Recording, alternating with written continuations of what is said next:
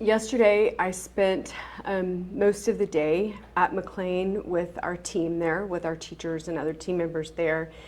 And I want to honor their privacy, but I do want you to know is that in our district, we have educators and support professionals who are carrying the weight of the world every day. And then you can imagine, especially when something like this happens. And our expectations as a society have become heavier and heavier and heavier for them. And it's a lot. They take their responsibility very seriously, all of their responsibilities, to love their students, to support their students, to support one another, to protect their students, to educate their students. And as a district and as school teams, we have this bond, this commitment, this trust between families and schools. And it basically says that you bring us your babies, whether they're 4 or 14 or 40-year-old teachers, and you entrust your babies to us, and we will support you in educating them and sharing the responsibility to care for them and help them to learn and thrive and grow. And so the team, because we all take that so seriously, the team at McLean is heartbroken. They're focusing right now on the nearly 800 students at the school who need their support. But I want to talk a little bit about what happened at last week's homecoming game. What you know about and what unfortunately took place, it was one of 5 different games that happened on that day, and it's a part of an epidemic of gun violence that is happening in all parts of our community and all across the country. But before we talk more about that, and I'm sure you have questions, I want to talk a little bit about Tehran, Yarborough. I want to talk about our students at McLean. So when we were with the team yesterday, we were talking about Tehran, and we were talking about homecoming. And the students were talking about Tehran and what kind of a student he was. And what I want you to know is that he was incredibly smart. He was the kind of student who his teachers talked about him picking up things so quickly that other students would rely on him for support and help. He was an AP student. He was taking AP chemistry. He was taking Algebra 2. He was beginning to take manufacturing classes that are associated with our relationship with Tulsa Tech. He also worked a construction job and worked really hard inside and outside of school. He was also an athlete. He was a supportive friend. He was loved and he was treasured, and he had an incredible future ahead of him. And his passing is an immeasurable loss for those who loved him. It's a loss for all of us who didn't know him well as also.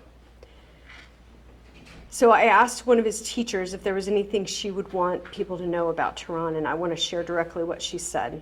Tehran was absolutely brilliant and incredibly talented in math and science. He was balancing home and school with hard work in the construction industry. He was passionate about football and basketball. He loved his family so much, and his absence will be palpable. So our team has been in touch with the Yarborough family, as well as with the families of the other students who were injured on Friday night.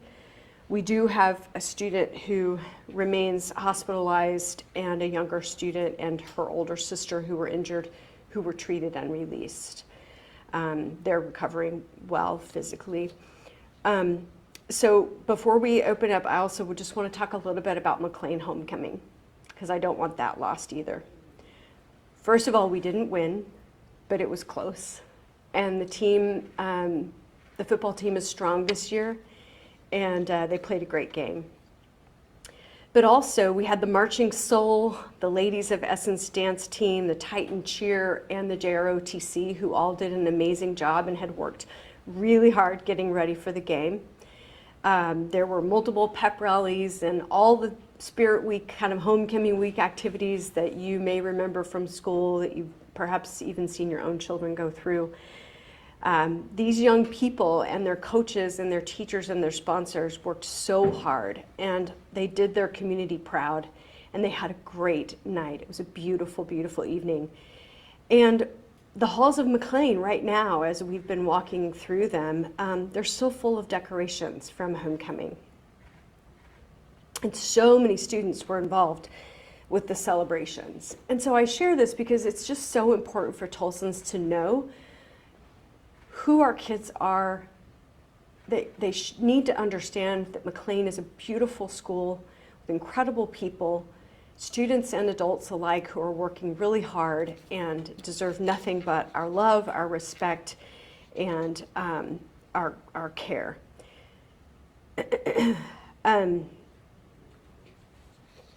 At McLean, every single day, if you were there, you'd see scholars, you'd see athletes, you'd see dancers, you'd see musicians. Oh, I didn't mention the band, which has grown tremendously, who performed at homecoming. You'd see kids who were painting posters for homecoming, getting ready for the big night. And so what happened in the parking lot after homecoming is not representative of the students, the team, or the community. It was a horrible, senseless tragedy, and it's one that could have and has happened in other communities and in other public spaces. Of course, we're working closely with the McLean team, with our campus police and law enforcement and safety professionals, to ensure that we're bringing back our students to campus in the safest way possible, and that we have all the information we need to be able to do that. Classes will resume on Thursday, and Principal Rabowski will be sending out information to families about preparing to return to school. And in the meantime, we're working with our community partners to make sure that they're continuing to support our students during this interim time, during this pause, including the Dream Center and some of our faith leaders and others who've been supporting students this week. We all look forward to having our students back together on Thursday. I also want to remind you that Friday's incident is still an active investigation. And so if you have any information, if you have questions specific to that, the Tulsa Police Department is going to be the best source for that. But we do want people to know that if they have any information, that they can, of course, contact Tulsa Police Department, but we also have a safety hotline that you've heard me talk about a lot, 918-480-SAFE, or text to 480-SAFE, and those can be anonymous, and we would love help and information, not only about this, but also about any other concerns that people may have, so that we can work together to keep everyone safe. So I will stop talking and just see what's on your mind. I have a question. So you mentioned that you've been in contact with Ron's family. We spoke with them yesterday afternoon, and they told us that you and the district have not been in contact with them. So can you explain why that disparity is? I can't explain that disparity. I can tell you I have personally talked with the family. Families are complex, and Teron's grandmother is his legal guardian, and I'm not sure if that's who you spoke to. When did you speak with the family? Did you speak to Teron's grandmother? We spoke with his mother. Thank you. Yes. Thanks for sharing more about Teron and sharing what his teacher had to say. Yeah. That is a wonderful thing to share, so thanks. I think what's on a lot of people's minds is security going forward. Yeah. I know you've been busy the last few days, but have those conversations started about what the district plans to do when it comes to keeping people safe at future McLean games?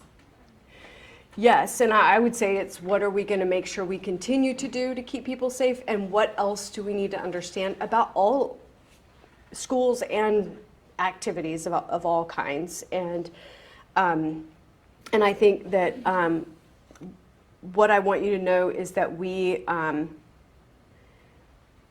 in addition to the existing campus police and security team members that we had at the game, what we want to do is begin to stagger games in a more significant way than we have in the past. We had 5 home games on Friday, and that's a lot. It's tradition, it's Friday Night Lights, right? So we want high school football to be on Fridays, but we also need to make sure that and we were staffed as planned, but it's, we think that we're gonna make some adjustments there. And so I believe even beginning this week, we do have 2 home games on Friday, so those will stay, because of course that's a lot already planned around that. But I believe we are moving one of the other games, and I don't know if we announced that yet, but. Dr. Yes, Gist, ma'am. How many officers did you have on duty Friday night, and are there plans to increase that number at the next home game?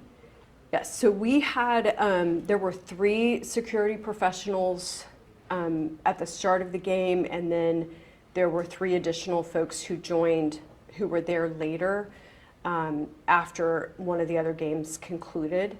And so yes, we do plan to, the reason for the staggering of games is so that we can increase security at our different events. Will you add even more in this upcoming week? In addition to? Yeah, but what I'm saying is that it will be, this is a change that we want to make in an ongoing way. Staggering the games? Staggering the games, just making sure that when scheduling is happening, that we are, that we're able to put more concentrated effort on fewer games at a time. And then will there be, you said 3 and 3, are you going to have even more, just for peace of mind, if nothing else, on Friday? Are you asking me whether there will be a difference one day versus another? Uh, No, what we're talking about are changes that we want to make in an ongoing way, not as just like a one-time thing. And I'm not sure if you're asking about all of the games or about McLain About specifically. McLean home games, just adding more officers out there. So McLain was scheduled to play this week. The team they were scheduled to play forfeited, Yeah. so so they don't have a game this week. We are working with the team and the coach to plan other activities for them to bring them together and support them as a team. But they have a W from that game because Cleveland forfeited. I guess the next time you'd have a home game then. Then the next time, what I'm saying is that we'll make those changes in an ongoing way, not a targeted way. We don't have a belief that we have a school that is less safe than other schools. We want to make sure all of our schools are secure. What assurances are you giving your parents? I know you had a community meeting on Sunday with community leaders and parents. What assurances are you providing to the community to let them know this is a safe space for their kids to return to? Mm-hmm. Well, schools are very safe spaces, and I think that's the main thing I want people to know, is that we do have security in our schools and at our athletic activities and other activities as well. I think what's important for all of us to understand is that we live in a very different world, and we need to be aware. We need to share if we see something that concerns us. If we hear talk about a challenge that people are having with one another, or something that causes us to be worried about something, people need to share, and that's why we emphasize our hotline so often. Because I would say when you think about, as you go through the course of your day and you go to the grocery store, the movie, the mall, a concert, wherever it might be, none of us can give people total assurance. But of those things I just listed, I'm confident that our schools are among the safest of any of those choices that we all make during the course of our day. How disappointed were you with the response from Cleveland and from Miami? I know I'm probably saying that wrong. No, you're not. It is Miami. Miami. That they didn't want to return to the school. I think it was I think that what I'm choosing to focus on is a different response that we got. The response that we got more resoundingly from area superintendents and superintendents from different parts of the state who have played our athletes in the past were offers of support, offers of love, offers of empathy and respect for our kids. This is not about our students, our team. They have been amazing, and people who have played them in the past have seen that, their sportsmanship, their way of carrying themselves. And we received communication supporting that, but we also very specifically received offers for our students to come and play in their communities. And that made up all the difference for anything otherwise that people chose to say in an uninformed way about our kids. When you talk about staggering, and I know you said you hadn't made any specific announcements yet as to what times that might be, but are you talking about the potential for a Saturday game in the afternoon? Is that what you mean? Potentially, yeah. I think the game that I think the game that we're talking about this week is going to be a Thursday night game. The one that, are we saying that? It's not that big a deal, but it's, the kids know, right? That would be my main concern. So the Hale game will be on Thursday instead of Friday, so then we'll just have two on Friday, which, we have that'll And that's really something, help. it sounds like when you have a packed schedule that you're looking at in the future, continuing to stagger, is that correct?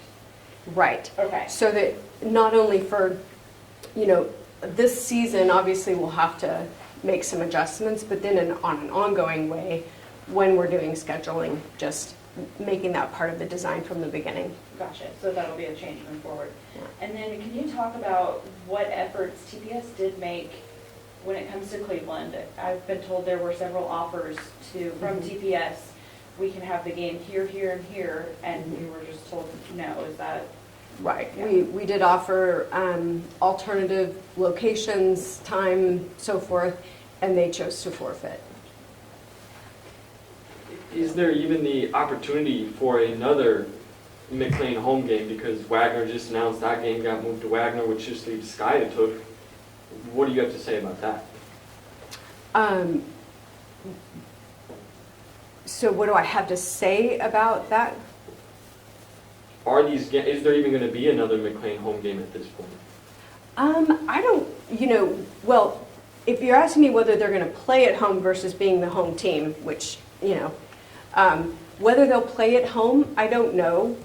I think that what I would say is that Skychook was one of the communities that reached out and offered like tremendous support and really showed their loving respect for our students. So, but I don't know the answer to that. I don't know whether or not we'll be playing back in our stadium. To be honest with you, I don't even have that part of the schedule in my brain right now. Does anything change for the feeder, the middle school? Because I know they play at McLean as well. We haven't made any changes that I'm aware of to their schedule. So you mentioned earlier that on Friday night, there were 3 security professionals that were later joined by 3 additional ones. Where were these security professionals? Were they on the field, in the parking lot? Where were they specifically? Are you asking me where they were at the moment where the incident happened? Where were they assigned for the night? I don't have that level of information. I can try to get it for you, but I don't know. That would be great. Yeah. You kind of touched on this a little bit with her question, but what message do you have for school districts who are scared to come play at McLean? I mean, if a school district chooses to forfeit rather than play our students, then they just take the loss. And I would just say that's their decision. I think everyone has to make the decision that they think is best for them and for their students in that moment. And so, like I said, I think what we're staying focused on is how to support our students and give them a great season, and how to focus on those who see past one incident, which I think is important. Lindsay's been trying to get in some. So you mentioned that the McLean students will be coming back to campus on Thursday. Uh-huh. Assuming that it's still an open investigation at that time, will there be any changes as far as security, both at McLean specifically and for the schools within its feeder pattern? The answer is yes, that we're making a number of changes at McLean. I don't think I'm prepared today to talk about any changes in the feeder pattern, but at McLean's where we've been really focusing our energy, because because there is still an investigation underway, there's still information that we don't have that is important to understand that's part of what makes this complex. And so we've been working with the teachers to really understand their current safety protocols, talking to them about things that they would like to see, ways in which we're going to adjust entries, some things about the physical plant, doors that are open, not open, just things like that you would imagine would be a part of that conversation. And what kind of supports are going to be in place for the students when they come back on Thursday? Yes, we're working very closely with our Office of Student and Family Support Services, and they have been working with our teachers. We started yesterday, more of that today, to make sure that our teachers feel prepared to have a conversation with students about what happened, to listen and empathize and understand and begin to really get students back to focusing on school and moving forward, but without, we can't fail to acknowledge we have to address and give them a chance to be together with their teachers and with one another and grieve and, talk about what they experienced and process, and then be ready to get back to learning and school. Now, in 2016, there was another shooting that took place at a McLean football game. Were the security professionals that were there on Friday, was that part of a strategy to implement safety as a result of the 2016 shooting that took place? And now that this has happened, where obviously one student has been killed, is there any plan moving forward of making any changes to that strategy?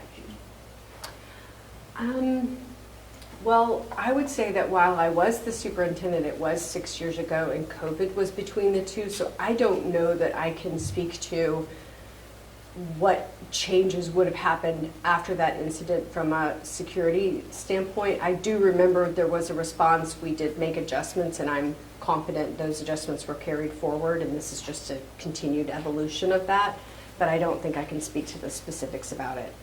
I don't have that.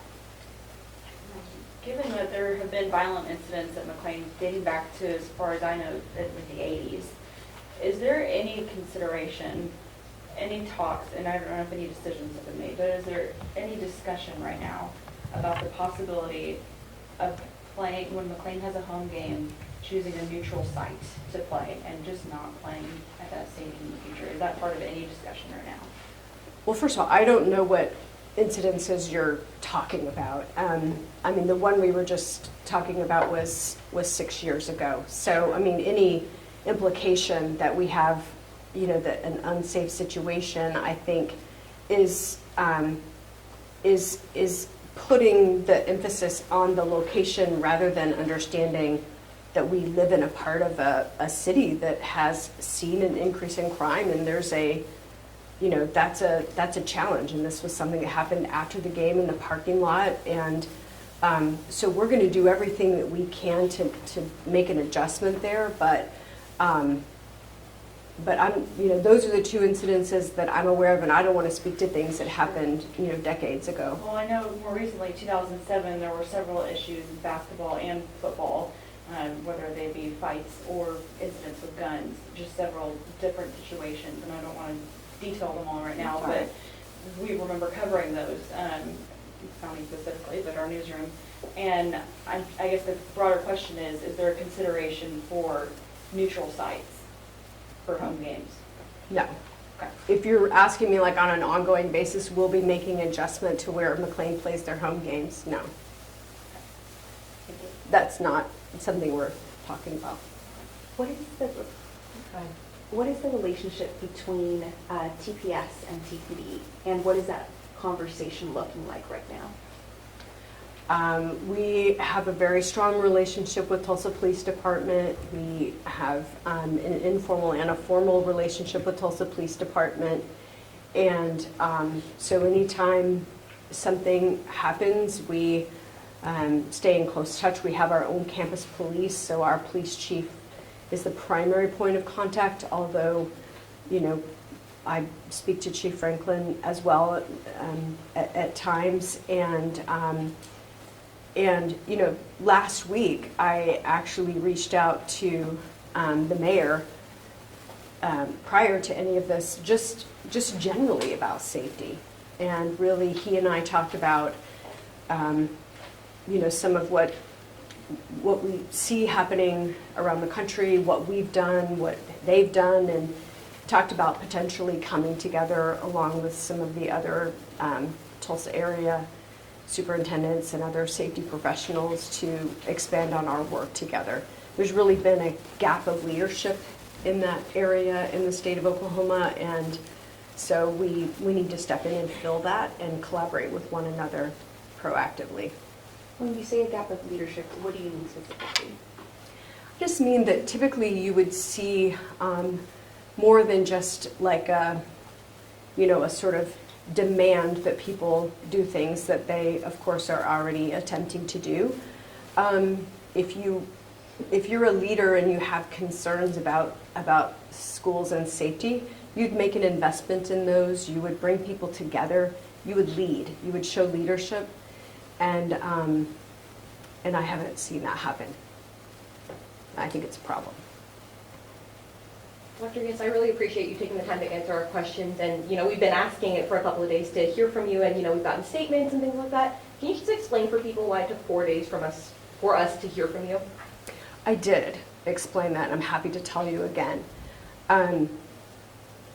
We, as a school system, our first focus has to be on our students, our team, our families, our immediate community. Today is, I believe, Tuesday. So we had a meeting with some community leaders on Sunday. We spent the day yesterday with our team. We've been with our team today. And so I feel really confident that we carved out the time to spend with you in the best way we possibly could. And I also wanted to be sure that we, you know, were able to answer your questions about knowing that you were going to want to know, well, what is the plan? What are we going to do? And so we needed to have that as well. But primarily, it was that we were focused on our first priority, which are our kids. And were you there that night of the shooting? I was not. Okay. You know, some of my colleagues have asked about basketball, which is obviously a little ways down the road, but there are fall sports going on right now, cross country. There's softball, there's volleyball. Are there plans to make any kind of security adjustments for those sports? I don't have the specifics on that yet, Lindsay. We haven't gotten that far. I know that Coach Wilson and his team are looking at all of our activities, and I know you asked about the other grade levels as well, but I don't have those specifics. I think yesterday Chief Franklin offered the possibility of putting some officers at games. Is that something, I think we touched a little bit on TPD, but can you elaborate on whether people can expect some TPD officers to be out at games in the future? I mean, we certainly collaborate with Tulsa Police Department, and they know now when our games are and make themselves available. And so to the extent that we're able to do even more with that, we will enthusiastically take them up on that. But just to be clear, there are no plans at this time to add additional security. Well, officers at actually, these games. we didn't have our board meeting last night because we were focusing on this and on our team. But we're going to have it on Monday, and you know, obviously had been planned for some time. There are some campus police officer positions being added to the campus police force, as well as a technical adjustment, but one that matters, which is moving our campus police officers from 10 to 12 months. to help us with recruitment and retention and so forth.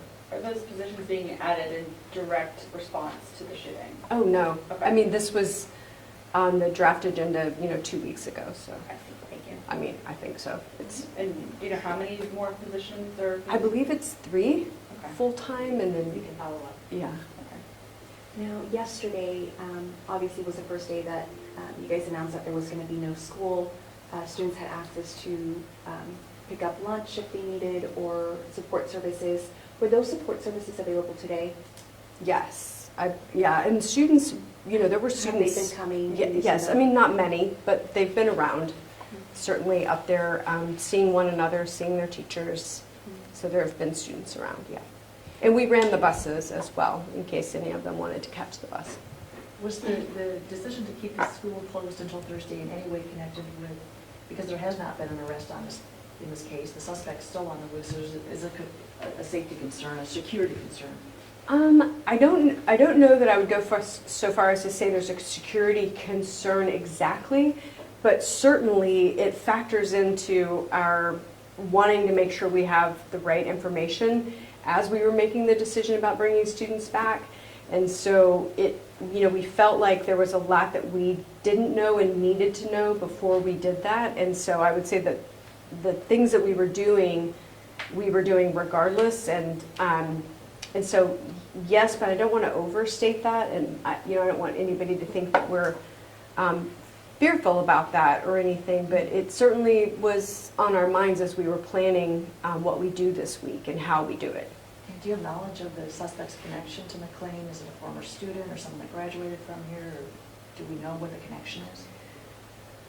I don't think I can address that. I think that that's a question for Tulsa Police Department. But we certainly, from a school district perspective, we have the ability. We have cameras. We have we have a nerve center where we have the ability to review those that footage and understand. Obviously there's an investigation, so there's that part of it that's the criminal part of it that we're not involved in. But then there's the part of it that is from a school safety perspective. We don't need to have the kind of evidence that you would have for a crime. We have what do we understand about where students were and where they were supposed to be, and then can respond accordingly with that. So that's one of the things our team has been doing today. Also, you mentioned earlier that you spoke with the grandmother of Taryn. Mhm. And what are you able to share? What was that conversation like? Yes. Well, with his grandmother, his uncle who played a huge part in raising him, his sister, it's any grieving family. They're grieving. They are, I would say probably still in shock. So it's tremendously sad, and they're very proud. So, shared with them. I shared with them, and then others who've been in touch with them all, throughout the weekend, just really reinforcing what an amazing human being he was, and just making sure they know that their pride in who he was based on how they knew him. Just making sure that they knew that side of him that not all families get to see, where, the way that his teachers knew him and his friends and the public in a way that they may not fully understand. And I think that was, important to them to hear. Dr. Gist, I can just, hear the emotion in your voice just talking about, talking to the people of McLean. So how do you guys move forward from this?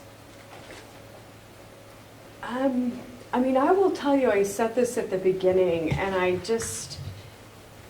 don't even know how to reinforce this or how to help, the people of Oklahoma and the people of Tulsa specifically to see that as a society, as a state, we have an entire system of education resting on the shoulders of too few people. And we don't respect them the way we need to. We don't compensate them as professionals We don't even pay many of them a living wage. We are making damaging choices that have implications that go so far beyond a crisis like this. And, you know, when you look at these folks who are, you know, they're teachers, they're counselors, they're social workers, they are nurses, they're coaches, they're everything. And they're giving, and they're giving, and they're giving, and they're giving. And honestly, the state of Oklahoma is taking advantage of them. And it's not sustainable, truly. And we've been saying this for years, but it is truly not sustainable. And I think because our teachers go above and beyond and go above and beyond and go above and beyond, you know, we talk about how they spend their own money on things and how they spend their time, and they give and they give, and I, you know, it gets taken for granted. And I worry about all of our teachers and what they take on. And so to answer your question directly, we're going to move forward together because that's who the people of Team Tulsa are. And so we're going to link arms, and we are going to carry forward. And we're going to keep doing whatever we need to do for our kids. But I need people to understand that when we are as short-staffed as we are, teachers, custodians, child nutrition, security, paraprofessionals, special education, across the board, there's a price to pay for that. And it comes at the expense of the children of our state, and it has to change. It really has to change. Have you had the opportunity to speak with some of McLean's teachers and administrators as well? Yes, I spent most of the day with them yesterday. Do they have any concerns? And if so, what are those? They have a lot of concerns. They're concerned about a lot of the things I just named. There aren't enough adults. They have too many students on their rosters. They need more support. You know, we have amazing educators, and this was evident in the room yesterday. We have super experienced folks who've been there for a really long time. We have brand new teachers from traditional teacher preparation programs. We have career changers from some of our alternative programs. And then we have other folks who've just come in to teach emergency certified that don't have that background. All kinds of folks, and each of them are there because they care and they're contributing, and I'm grateful for them in so many ways. They need different levels of support, and what happens is the experienced folks, then their shoulders become even heavier because they're supporting more people who need that extra help. And so that's a big part of it. A quick side note, and then I'll continue answering your question, which is that as of the end of last year, almost 20% of our teachers were emergency certified. And in Oklahoma, there are twice as many people retiring from teaching than the people who are coming out of teacher preparation programs from colleges. So that's assuming that all of those kids stay in Oklahoma, which they don't. And then it's also assuming that only people who are leaving the profession are leaving because they're retiring, which is also not true, because they're changing careers and they're moving and so forth. And so it's more than double the problem. I didn't say that right, but it's you know, we have half the number of people we need, assuming all of the conditions are right, which they're not. So it's less than that we're able to even begin to consider as a pool of possible folks, let alone those who, you know, are going to actually choose to stay in Oklahoma. And so that's one of their major concerns. I mean, the main thing we spent time on yesterday, and today became more kind of planning and practical, but most of the day yesterday was grieving together and processing, and then we shifted to planning.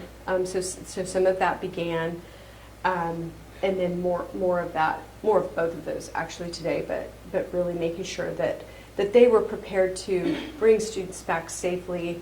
We were prepared to support them in bringing students back safely, and then also, like I was saying, that they were prepared to be there for students. You know, they needed to do some processing and grieving as adults before they can fully be there for students. So it was a combination of different things, but they're concerned about all the things that we know are problematic in Oklahoma that stem ultimately from the fact that we don't invest in public education in the way that we need to. I think we can do just one more question and then we have to wrap it. Sorry, we're running out of So time. there will be, or there will not be extra security when they return to class on Thursday? There will be. Extra security At at McLain? Yes, so, and the answer is yes, and there will be, I would say, I don't know that I would say that means exactly more security people as much as it means more adults and safety practices. So what doors students are entering through, who's there to greet them, which adults are in the hall, that kind of thing. So procedures and protocols. Okay, really last. Can you say anything about the condition of the other student in the hospital? Is that okay? I mean, I know, The but only information I have is that he's in recovery. That's all. yeah, I mean, he is stable. He is going to be back, and but he has injuries that are challenging, but he's stable. I think that's the main thing. Expected to survive.